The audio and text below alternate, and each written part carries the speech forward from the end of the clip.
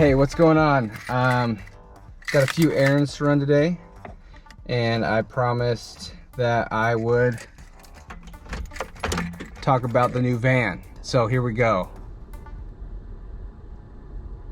Gotta wait for 2 clicks because it's a diesel. Come on, baby. Come on, baby. There we go. All right. So this van is a 1989 Delica Chamonix, which is the winter sports trim package made for the all-season skier. It says it right on the outside. So it's 4-wheel drive, and it is diesel, and it's a Japanese import. So that means it came from Japan. And after 25 years, they can import vans or cars or anything, and they don't have to pass the US regulations on like safety and emissions and all that stuff. So, I mean, it's not like the van is sketchy. Usually, like, they want, what do they want? Like tire pressure gauges on cars, and that's like $5 grand to do. And so they just don't import cars that are newer than 25 years. So 1989, that means this car's 30 years old. It's been imported for a long time. So Delica 1989, what else? It's got a pop top so we can camp in it. It's right-hand drive. I don't know if you noticed, I am driving on the right-hand side of the road, and it's a stick shift. So I'm shifting left-handed right now, blinkering with my right hand. The hardest thing to get used to is when I switch back to my Subaru, I am just like kicking on the windshield wipers all the time. When I'm trying to blink, use my blinker. So I got used to driving this one. I drive this more than any other car right now. So, and Joy loves it. Throw the kids in the back, and she has a great time driving it. I thought for sure she'd be a little nervous about stick shift, but she's cool with it. So she loves it. You're really engaged while driving. It's an experience. So why did we buy a Delica? So the bus is diesel, and so I was like, man, diesels are the way to go. And they last forever, they sound great, they smell great. And I was Googling, like, do they make diesel vans? And they do, like, some in America, but they're super expensive. And there's some new ones coming out. And I was trying to figure out, why doesn't America do diesel?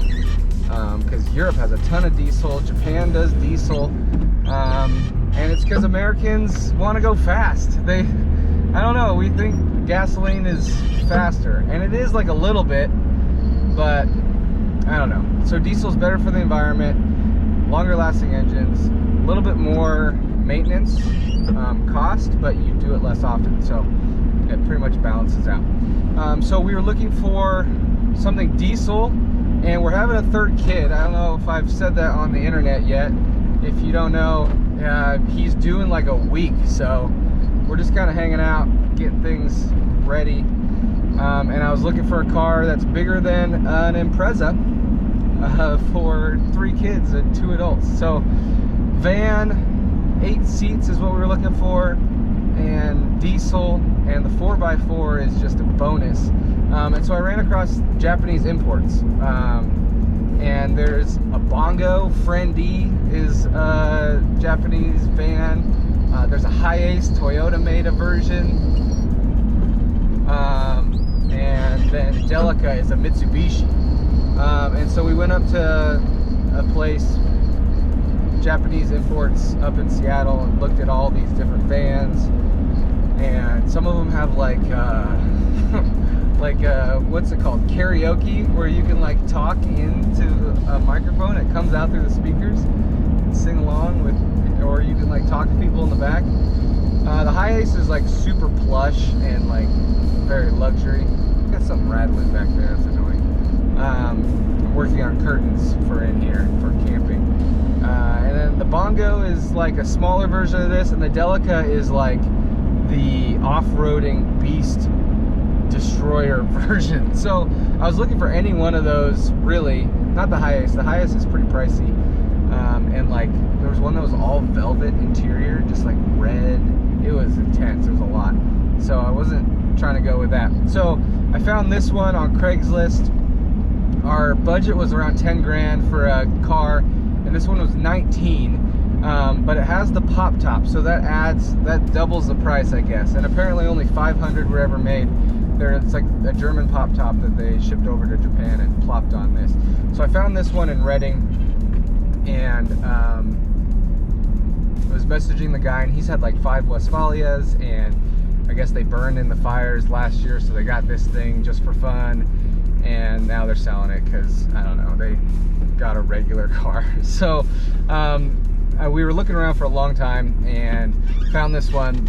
And so Leo and I went down, we flew down to California to Susanville, where my in-laws live, and we drove over and we looked at it. And like the first thing you notice when you look at it is it's just like, it's so high off the ground, and it's got this flat nose. It's just kind of ridiculous. It feels like you can for sure take it anywhere. It's like off-roading. It's made for off-roading. And I figured since like 2020, it's for sure the end of the world. Like I want something that's gonna survive a zombie apocalypse. And so this thing has the surviving a zombie apocalypse feel to it. And it's gonna grow with our family. So I mean, it's not totally impractical. I mean, the zombie thing might be. I mean, we'll see. Come back to me when the zombie apocalypse hits, and I'll say, I told you, you should all be driving Delicas. You just be running over zombies. So yeah, we picked it up and we drove it home. Got to Salem the first night, from Reading to Salem. Leo and I played in a water park, got our shower that way. It was like 105 degrees when we picked it up. So that was not fun. And the AC is not working. So there's a few quirks, you know, to a 1989 van. But overall, so far, we've loved it. It's just the cutest little thing. And if you love people staring at you, which apparently I do, you'll love this thing. Can't go to a gas station without talking to somebody. Like, what is that? Is that a diesel? Is that a Vanagon? What is that? So it's always fun to talk about it. And now I have this video, so I can just be like, yo, watch my YouTube video. I also passed the place I was trying to go to because I'm not paying attention. And so now I am just doing donuts in a church parking lot. Let's see if I can get out of here. It doesn't go very fast. That's one thing to notice, to know. And the speedometer is in kilometers, so you're kind of just guessing how fast you're going. But you're going to be in the right lane and driving slow, and you're not really going to be speeding ever. So don't have to worry about breaking the speed limit. And all the seats inside lay down flat. That's a fun thing I didn't say. They make a bed, and also the middle seat flips so you can face it backwards or frontwards, so the kids can all look at each other and hang out, which I think is the most fun you can have on a road trip. I'm trying to think of anything else about this van. If you guys have questions or comments, feel free to leave them below. Give a like if you like it, or if you dislike it, just don't say anything, because I don't want to hear it. But yeah, thanks for watching. I gotta find the UPS store. I'm all turned around here. I'm trying to drive on the right hand side of the car. stick shift and make a YouTube video. Are there rules about this? I'm hands-free, so I'm being safe. Thanks for watching and keeping me company on my drive. I'll answer more questions if y'all have them. I'll do a video about the curtains and whatever else we end up doing to this thing. So, peace.